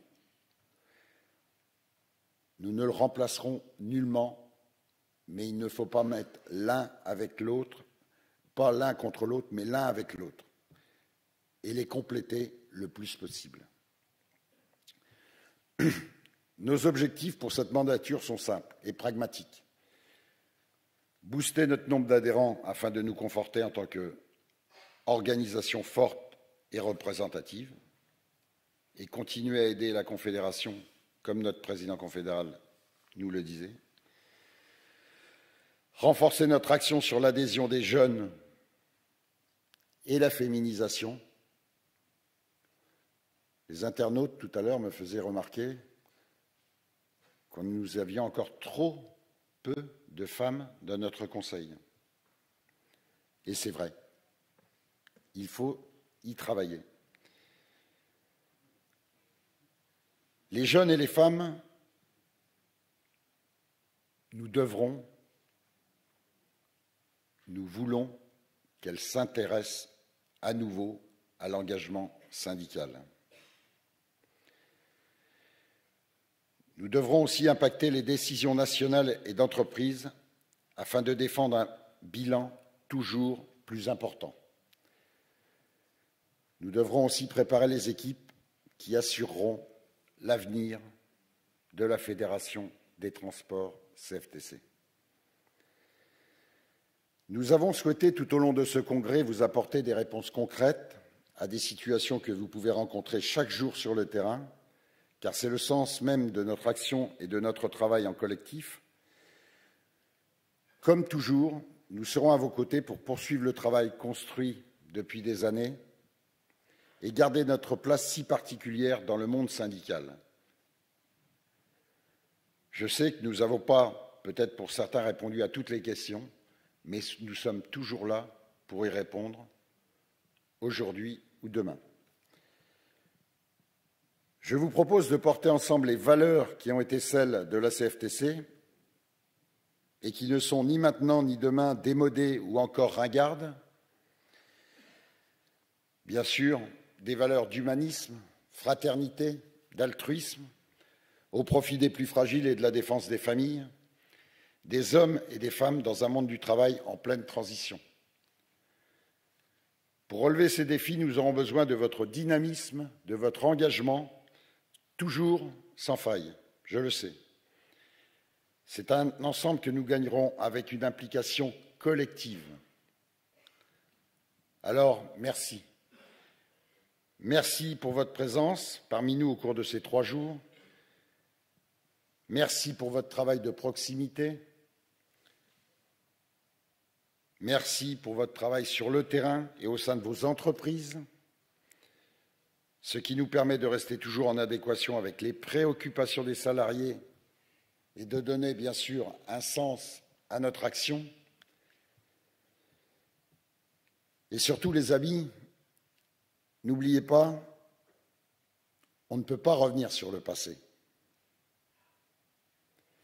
mais on peut rectifier le présent pour mieux fonctionner dans l'avenir.